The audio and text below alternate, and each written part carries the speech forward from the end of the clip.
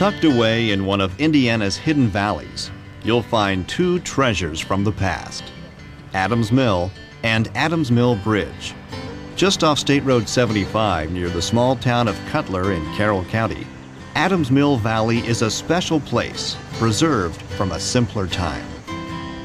In 1831, John Adams, an accomplished miller from Pennsylvania, walked east from Lafayette following Wildcat Creek in search of the best location for water-powered mills. The mill we know as Adams Mill today is the second grist mill John Adams built here. It dates from 1845. The four-story timber frame building is held together by strong mortise and tenon joints, secured with wooden pegs. Though the ownership and name of the mill has changed many times through the years, it is best known today by the name of its founder. Adams Mill is powered by water from nearby Wildcat Creek. A dam on the creek holds back water to run the mill. When the head gate, just upstream of the dam, is opened, water flows through the mill race, a small man-made stream that runs underneath the mill. As the water level rises in the mill race, the hydraulic turbine, a small water wheel turned on its side, begins to turn as the rushing water pushes against it. A control wheel on the first floor of the mill determines how fast the 40 horsepower turbine will spin. The faster the turbine water wheel spins, the faster the shafts, belts, and machines inside will go. Grain is moved through the mill and ground into meal or flour, all by the power from the turbine. Don't be fooled by the big water wheel outside. This mill never had one of those. Adams Mill is one of the most complete original grist mills, or mills that grind grain, in the United States. For over 100 years, area farmers brought their grain here to be ground into meal and flour for baking, or into feed for livestock. They would unload the grain at ground level at the front of the mill, dumping it into a hopper with a chute that led down to the lower level. The grain fell into the waiting elevator belt below with hundreds of small scoops that carried the grain up to the higher floors of the mill building. There it would be dumped into machines that cleaned it and ground it up into cornmeal or wheat flour. Corn went to the second floor, where it was dropped into this machine and ground between two large stone wheels called burr stones. Wheat, oats, and other smaller grains were carried by the elevator belts to the fourth and third floors, where it was cleaned, then dropped down to the second floor where it was ground into flour in machines known as rollers. Two cast iron cylinders inside these machines ground the small grain as it fell between them. Roller machines were installed in this mill in 1887, replacing two sets of millstones. Corn continued to be ground by burr stones throughout the mill's operation. The Adams Mill tour begins on the first floor, where the miller's corner office was located. Be sure to take a look at the diagonal chimney that the stovepipe connects with. This chimney was designed to make sparks from the stove burn out quickly on their way up, so that there would be little danger of fire in the dry, dusty mill. You'll notice several horse-drawn vehicles on the first floor, along with other historic objects, like a loom for weaving, and tools used by blacksmiths and carpenters many years ago. When the mill was operating, the areas now filled with antiques were used to store cornmeal and flour. You'll also notice the big main drive shafts near the center of the building. This gear transfers the power from the turbine shaft, connected to the turbine wheel in the mill race, to the horizontal main drive shafts, also known as line shafts. If you go up the stairs, keep in mind all of the stairs were removable in the days when the mill was operating. The stairs were taken out whenever a large milling machine had to be lowered down from above or hauled up from below. On the second floor, you'll find the circular millstone corn grinder. Each of the two millstones inside weigh 1,000 pounds. You'll also notice the rollers on the second floor, where wheat was ground into flour. Nearby, the hand-operated bagging machines once filled sacks of flour and cornmeal.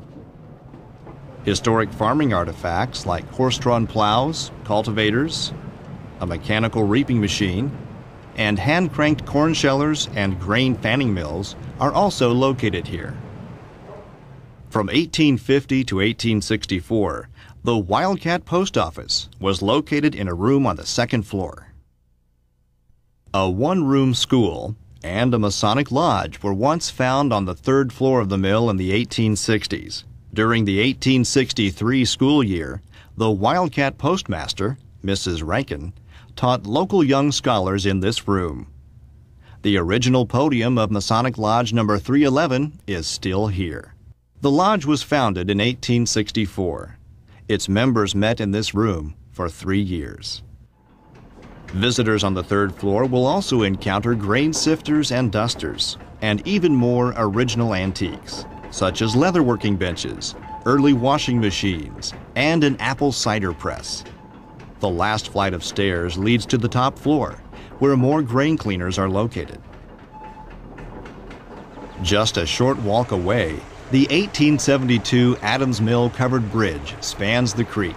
Built originally with a Howe truss design, with wrought iron vertical tie rods between supporting timbers, 2 wooden arches were added sometime later for additional strength.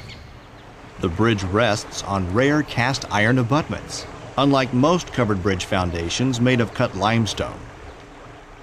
In 1974, the bridge was closed to traffic, and for the next 25 years, it fell into disrepair, a target of the elements and vandals.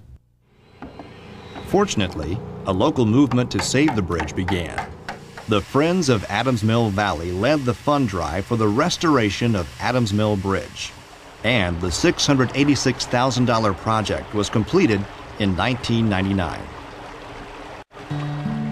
The settlement that sprang up around Adams Mill in the 1830s was originally named Bolivar. However, the name Bolivar never quite caught on. Instead, the village that grew in this little valley took its name from the creek that flows within it, Wildcat. The mill was the center of this thriving grain-fed Hoosier community. Wildcat grew to include a blacksmith, woodworker, general store, and several houses. The community flourished until the 1870s, when the Terre Haute and Logansport Railroad bypassed the valley. Most of the residents and businesses of Wildcat relocated a mile west to be close to the railroad tracks, causing the town of Cutler to become the new commercial center. Adams Mill continued to serve valley residents by grinding grain, and in 1912 by bringing the first electrical power to the area. A generator hooked to the mill's line shaft provided electricity to nearby towns such as Cutler, Sedalia, Rossville, and Burlington. The mill became well known for its high-quality flour and cornmeal that was sold in stores throughout central Indiana. By the 1940s, it was producing 200 pounds of flour per hour and supplied 11 area bakeries with very fine cake flour. One company even placed a single order for 16 tons of cornmeal. In 1951, a new state law required all mills producing flour for human consumption be entirely free of rodents. Such extensive remodeling was not affordable, so after more than 100 years of operation, the mill went silent. Unlike most grist mill owners at the time, Claude Sheets saw a window of opportunity. He turned his mill into a time capsule testament to a bygone era. Sheets had purchased the mill in 1940 and enjoyed a successful business grinding grain until the operation was forced to close. Then he began filling the empty storage areas of the mill with antiques instead of meal and flour. Visitors were soon welcome to explore the interior of the mill on weekends. Adams Mill is a rare gem on the National Register of Historic Places. It is one of the most complete original grist mills preserved in the United States. Those who tour the mill find themselves immersed in history. An ample parking area, beautiful tree-covered picnic grounds, and a short hiking trail from the mill to the bridge are all waiting for you. Be sure to walk or drive through the remarkable covered bridge and examine the unusual truss combination. Enjoy a great view of Wildcat Creek from the bridge or from along the banks of this picturesque stream. There's a great public access point near the dam for fishing or canoeing. Adams-Mill Valley is an invaluable Indiana treasure. We invite you to visit again and again to help us preserve and protect this special place from the past.